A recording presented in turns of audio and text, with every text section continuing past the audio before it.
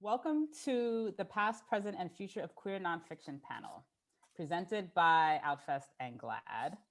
My name is Nadia Hallgren, and I'm excited to host this panel with some of my favorite filmmakers and friends. We'll start by having everyone introduce themselves and tell us a bit about your work up to this point, and we will start with Sam. Hi, Nadia, and thank you, OUTFEST and GLAAD and Sundance for hosting this. I think it's been a year since the premiere of Disclosure, so it's very bittersweet to be back in this capacity. So I'm the director of Disclosure. It's about the history of trans representation in film and TV, but about so much more. And it premiered last year at Sundance, and it was released on Netflix this past summer. Marta, you want to take it next? I'm Marta Cunningham. I'm a filmmaker. I was a part of the 2013 documentary film festival, and it feels like a million years ago. I'm sorry, I'm a visitor. I basically have been working in episodic. Since 2014, I was a part of a bunch of different diversity programs, and really wanted to get into episodic television so I could start doing television and telling stories about, people on the fringe, but within a world that now we know because of streaming, we have access to. So that was my angle. I'm going to be hopefully doing a doc soon. I miss doing docs. And so I'm jumping back in at some point to do documentaries with the next couple of years. Hopefully I'll have something out there. Thank you. And Randy, can you tell us a bit about your work? Marta, I love your drapes. So I run with my partner Fenton Bailey a production company called World of Wonder. And I've been around for hundreds of years, and we've produced and directed lots of nonfiction, from The Eyes of Tammy Faye to Becoming CHAZ, Mapplethorpe, Look at the Pictures. And we're still doing it. We're still around. And I'm huge fans of everyone on this panel, so I'm excited to be here. Thank you. And Sandi, can you take it for us? So thrilled to be with you all, faves. I'm Sandi DuBowski, and I first kind of met Sundance in 2001 when I premiered a film called Trembling Before God, which is about Hasidic and Orthodox Jews that are lesbian or gay. I've been producing a Jihad for Love and co-producing Budros and helping sort of the field of filmmaking, and now I'm in the edit to finish a film that I've been shooting for 18 years called Rabbi. One of my very first jobs as a cinematographer was probably 18 years ago on Sandi's film Rabbi. So that just gives you a sense of how deep our relationship goes. And I'm going to start with asking my first question to Sandi. So can you talk a bit about the history and trajectory of the form of nonfiction queer storytelling? Perhaps, some films that might have inspired you, your journey making Trembling Before God, and, till now. Yeah, I think I was came up through, I was the baby in new queer cinema. So all of those leading lights were, my inspiration in the late 90s as I was thinking about, queer narrative strategies. But honestly, I was also just dealing with people who never had public representation. People who never had, the people in Trembling Before God, it took me 6 years to travel around the world and just find anyone who would come forward and speak. And, they were the first lesbian from a Hasidic family who would step forward and share her story. It was the first Orthodox gay man from an Orthodox family who was willing. So it was very much people who were on the edge of, the difference between being taught that they were sin or sickness, and actually having a collective voice. So so much of my work is really about time and about longitudinal work. And I can speak later, but it's like we just did a panel nearly 20 years later, a reuniting of all of us. So it's really like I'm really interested in looking at not just the history of queer representations, but also like what happens to films years later and the subjects and protagonists at the heart of them. Like, how do our stories move and our films move over time? That's so interesting. And, I think Trembling Before God, I remember, was one of the first films that I watched when I became interested in becoming a documentary filmmaker and watching a film as an aspiring filmmaker. And, not knowing you yet, but just could not imagine how you were able to get the access that you got for that film and how incredible that was. And, I remember seeing it in, some cinema like on West Houston Street, yeah. And it was, just thinking about perhaps at that time how few people may have had access to even see Trembling Before God, at the moment when it came out, and fast forward to, Sam's experience of making Disclosure and it being on Netflix. Millions of people can see it and also respond to what they're watching. And so, Sam, can you tell us a bit about that experience that you've had? Well, first, I'd be remiss not to say that I was thinking about seeing Trembling Before God at the Film Forum, whatever year that was, with like a new girlfriend of the time and the kitten we found that day on the street that we snuck into the movie theater and Wow. had my mother on the other side of me. And that day, that memory, that film is forever burned into my brain. And I was thrilled when we finally became friends a few years ago, Sandi. Yeah. So yeah, in regards to having a real sped up audience, I suppose. I mean, I have been making films for 17 years. And so it doesn't feel that fast in one way, I really, kind of just started with the small, film festivals and the queer film festivals, and then getting into the educational world. And then this was where I wanted the next step to be. It felt time, it felt right. And it was not easy to get there. There was a lot of convincing that we still had to do, that trans stories have audiences, that distributors can have more than one trans film, that they shouldn't be scared of that. There was still a lot. And so by the time we got there, it felt like really hard won, but really important to have a platform like Netflix so that people who can't afford a movie ticket, can still see it. Maybe they borrow their friend's password or whatever, or they pay the $7 a month. That felt really important because, as we know, trans people are disproportionately underemployed. I think trans people are 3 times more likely to be unemployed compared to the national average, 4 times if you're a trans person of color. So there are real barriers for trans people to participate in public space and in the public world. So that felt like it had to be. And I'm so grateful that we were able to find that partnership. And I'm so glad I don't have to travel and hustle this one like I have for the past 17 years. And Sam, I'm curious how audiences have been able to, one fun thing about having a film on Netflix is a lot of people get to see it. And I think you get to feel that interaction with an audience, even if you're not able to be with them in person. So can you tell me a bit about that and what that's been like for you? Very bittersweet.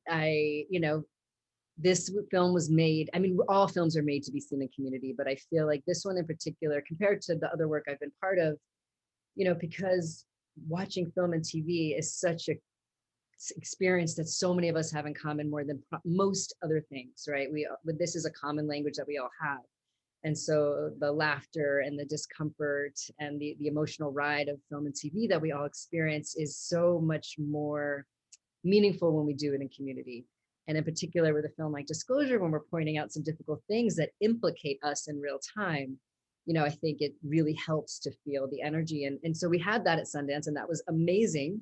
And then it all shut down and stopped. And so the conversations that we've been able to engage in have been incredible. There were like things that sort of kind of came up, the beauty out of hard times, like with our Netflix release, the 4 biggest queer film festivals around, Frameline, OUTFEST, Inside Out, and NewFest, came together for the first time and like had disclosure launch. And that was really cool, like not only for like having, it's a competitive world, these festivals compete with each other, so having them all come together in that way, and then to be that film, to do that was really beautiful. And so that was a really cool event, and hundreds of people came onto the Zoom afterwards, the Q&A, and then we had a party afterwards with Club Quarantine when that was first starting.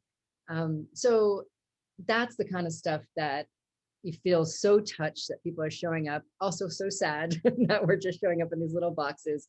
So just, reckoning with those emotions at the same time have just been the theme of this year. But I do know that conversations that we're able to have across continents and across time are unique to this moment too. And that's been really meaningful. Sam, I share that bittersweet sentiment with you of releasing a film this year. Marta, I wanted to ask you a question, and I think I'd love if after that everyone can sort of jump in on it. I think there are many filmmakers that will be watching this, looking up to everyone on this panel and being very inspired by how you have been able to find stories that are meaningful and compelling and contribute greatly to queer storytelling, and also get them made, which we know is very challenging. So Marta, I'd love if you can talk about your process to finding a story like Valentine Road, and what it took to,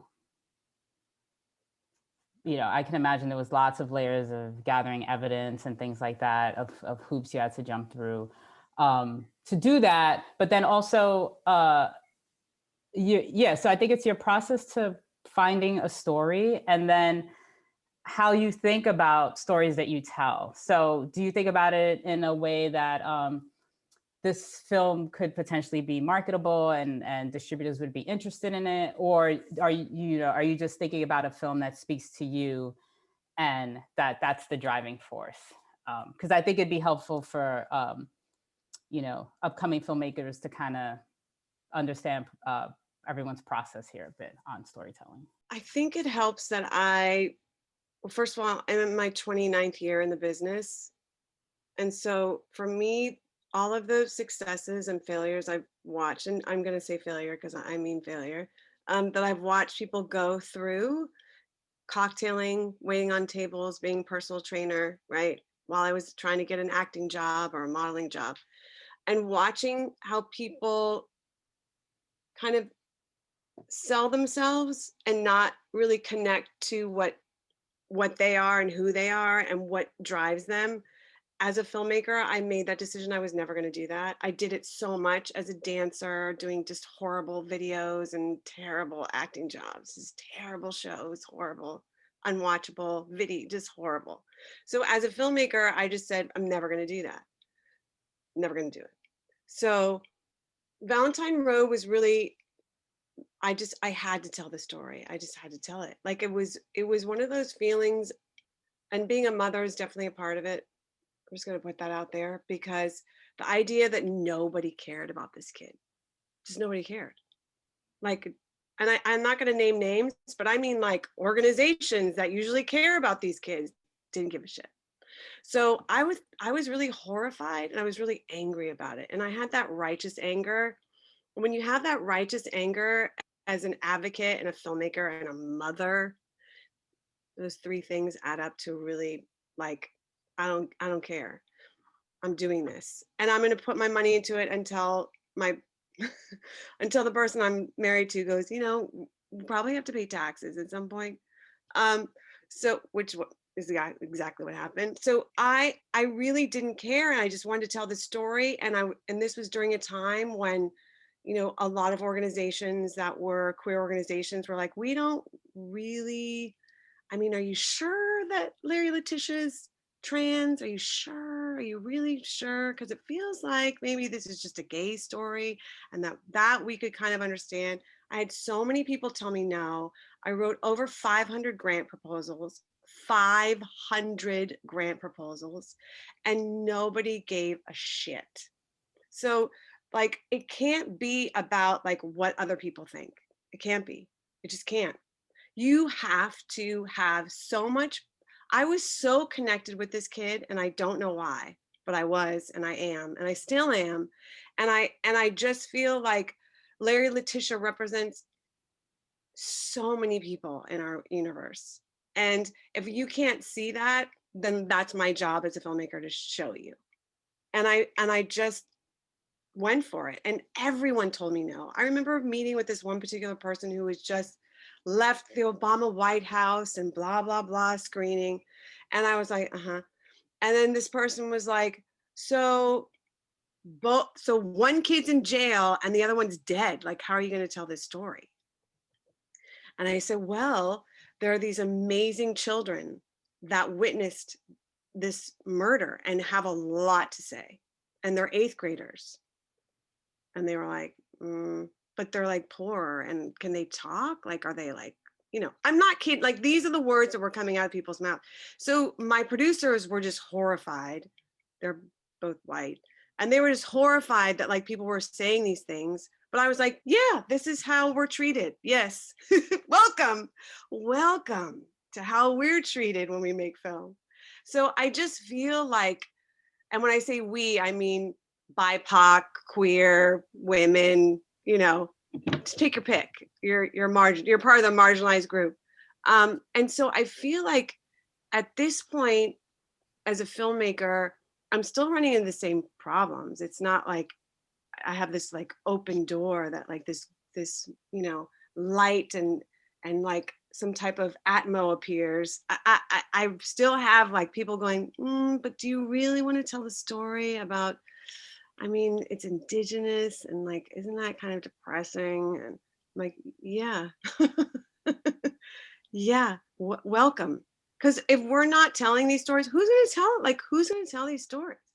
And if you don't have passion about like the shit that's happening in your own community, I'm sorry, then don't come and watch the film. I mean, the thing is, I try and make films that everybody wants to watch. And that was really upsetting to me when people were like, well, you've made a queer film. I said, I made a film. I'm a filmmaker. If you want to put me in a bunch of different silos, that's fine. You can do that. You can also add dyslexic and, you know, left-handed if you want. I don't really care. Whatever gets you off. All I know is that I'm a filmmaker. I made a film about it, 2 kids, and here we go. And if you're not like gutted by the end of it, then you don't have empathy, and I don't want to have anything to do with you. I mean, that's kind of where, and I was lucky enough to have Sheila, who was just a barracuda, and I love her because she was like, we are going to just annihilate them at the end. I want these people gutted. And I was like, right? And she's like, yes. And so you want people in your corner that get what you're trying to do.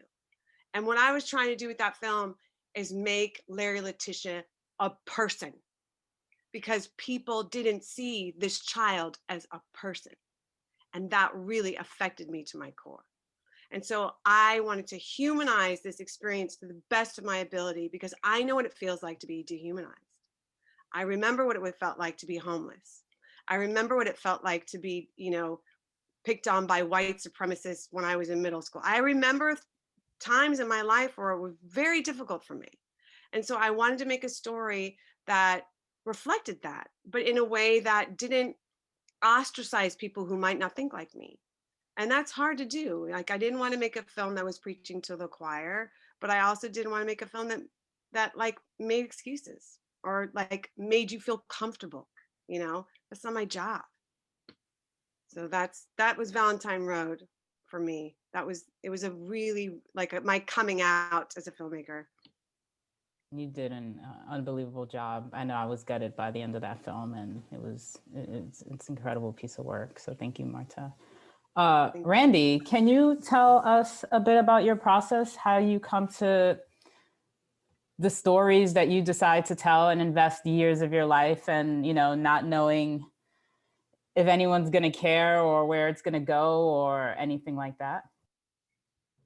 For me, it's sort of similar to Marta in that, I mean, I only end up doing what moves me one way or another. And that's how it started. And that's how it continues. You know, Fenton, my partner, Fenton Bailey, my business partner, and I, from when we started back in New York, I mean, we lived in the East Village. We were very much inspired by that scene, the art scene. It was, you know, the drag scene, and public access, where, you know, because it was a million years ago. It was before. It was when broadcast networks were the thing and what people watched, and it was broad. And so niche was someplace else. It was on the streets, and it was on public access. And so, and that's also really where I kind of learned, oh, wow, you can just do it yourself. I mean, you know, we've been successful in building a company and working with lots of incredible like-minded people. But the reality is most of our docs, we end up doing independently and financing initially ourselves. Even The Eyes of Tammy Faye, it ended up on, well, it was Cinemax at the time, or becoming, like, a lot of our stuff we finance ourselves and then just hope that someone will come along and help us, get it in front of eyes. I think, though, just like back then when public access inspired us to do our own thing, now we have our own streaming platform, because I think more and more, I think we, because I am 300, I'm the oldest, I'm probably everyone's combined age here, but I feel like my responsibility for the future is to nurture young filmmakers and try and find ways. I mean, I still will, we will always continue making stuff, but just try and find ways to help get more incredible films and voices out there. So I'm sorry, I didn't answer a question. I just talked. No, you Sorry absolutely did. It was the passion of where what draws you to stories to keep going, and you answered it. And I think it's also that thing that I think probably all of us are attracted to. It's like this, because I think we've probably in our different ways have experienced being the outsider, the other, the queer, the this, that we are passionate about and committed to finding ways for those voices to find the audience they deserve. And the interesting thing is, as we've gone from broadcast to streaming, it's clear that, like, it isn't as if, like, people want to hear our voices, want to hear queer, trans, because people connect to that.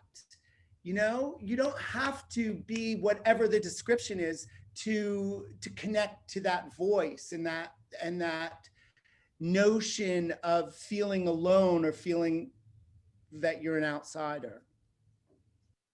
Thank you, Randy. And Sandi, you make incredibly personal films that you dedicate very long amount of time to. So can you talk about that personal storytelling, and also how this is the one? I mean, I think I was naive at first. I mean, with Trembling, it was, I didn't quite realize until I met people who were kicked out of religious schools and, thrown out of families and basically lying to their husbands and wives about their true desires, that like I had serious responsibility on my hands. That I actually had to make the film exactly what it needed to be.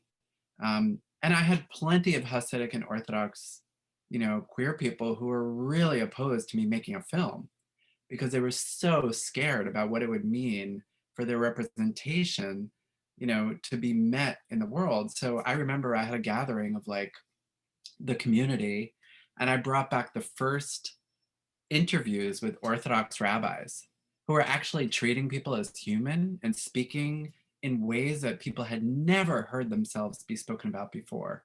Like their lives were being taken seriously, their issue was on the community table, and it was like a sea change. The room was electric, crying, like people were so amazed that this process of making a film could actually open a portal to the people who held the power over people's heads and determined everything. So, I mean, the carrying that kind of spirit into the movement of the film, I mean, we spent, 3 solid years. Like I did personally over 850 live screenings and Q&As and events with Trembling, like over years. I mean, I went on the road with the first openly gay Orthodox rabbi who came out in the film. And, we were like doing dialogues in places where there is never, Ukraine. We went to Ukraine, we went to Poland, we went to South Africa, we went to Mexico and Brazil and Argentina and like everywhere in the US, Canada, UK, like Israel. We trained, principals and teachers and facilitators, like 2,000 of them, to actually like do private screenings with them to prepare for the national television broadcast where they were going to have kids come out. We did the first Orthodox mental health conference on homosexuality, like a secret underground conference in New York, flew people in from 16 cities, to sort of teach them queer affirmative therapy. I mean, we did so many different ways of moving the film from theatrical release to broadcast to, streaming, everything, but really also really solid, intense groundwork. And it's just amazing because literally, a month ago, like Baltimore was a city where we opened theatrically. We had Orthodox Jews and evangelical Christians together protesting the film. So we always like to say we do interfaith work wherever we go. But we went back to Baltimore now a month ago for this like live screening with all these different synagogues and organizations coming together. And it was just amazing because here we were like in 2001 and 2 protests going to now like full on Orthodox embrace, and people, teenagers coming out, and on the Zoom were the people from Trembling. And, they like the people who are in silhouette in Trembling, like the process of going around the world with it enabled them to come out and actually find love in the audience and have babies together and children. And, people transitioned, like Michelle, who's a Hasidic lesbian in the film, is now transgender, like has a transgender child who brought to the screening of Trembling when we did a 20th anniversary. Like we have generational change that's been happening. And, for me, that's like, what could be more queer about that? Like creating alternative family, figuring out how a film family like meets the moment and the era, and like collectively and personally. So I'm in it. I'm deep in it. It's changed me. But like I was so emotional with just us coming back together again and seeing what an incredible effect Trembling had on so many lives, especially the people in it. Sandi, you got me inspired. I want to go make a movie now. That was amazing. And Sam, can you tell us how you find stories, follow your instincts despite the naysayers that may tell you, and I'm sure we all have them, whether solicited or not, that say, you know, you can't do this, it's too hard, it's too outside, you know, who's gonna watch this? Can you tell me about your process in pushing through all that and just sticking with your ideas and your intuition? I mean, I think the stories I've told have really come out of personal questions, you know, of things that I'm just kind of percolating on and ruminating on, and then realizing that other people have these similar questions, and often they're questions where I feel like parts of queer trans communities might be a little stuck, right? Like that they're kind of just hitting a wall and there's not enough movement.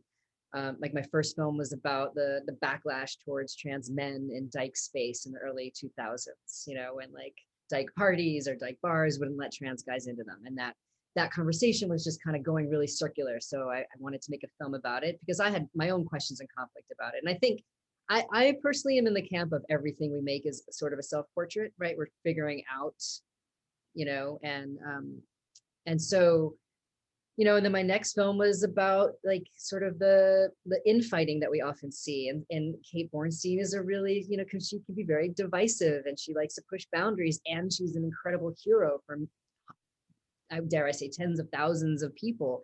You know, she certainly helped me understand like what it meant to be like trans and to get older and be a weirdo in the world and get older. So it was like kind of my questions about, again, not feeling like there weren't enough public role models in being like a queer trans person, and how do we fight? How do we hold each other accountable, but do it with love rather than eating each other that we often see happen so much. And then with Disclosure, that was about, again, this conversation of like, okay, the conversation of trans inclusion, of trans people being in public space, of trans people have access to things has just kind of keeps hitting the same wall again and again. We keep seeing cis people getting pats on the back, getting accolades, and what's happening to trans people, right? The epidemic of Black trans women being killed continues to rise.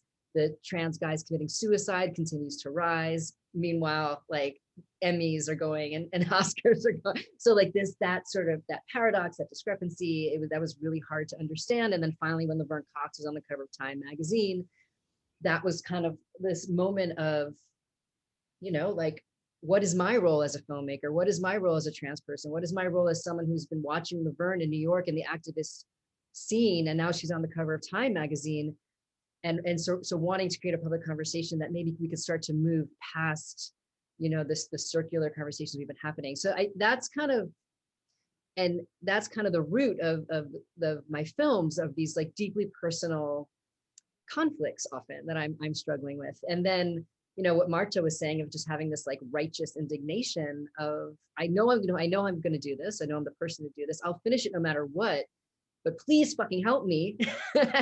And you just kind of go through that again and again and again until you finish it. Thank you, Sam. Think we are pretty much out of time, but I could keep this conversation going forever. It's been really fun to talk to everyone and hear about your films, your process, and a true inspiration to us all. Thank you for the contribution you've made to queer nonfiction storytelling, to society, to our stories. And I appreciate everyone that's watching. Thank you so much. Thank you. We'll see you.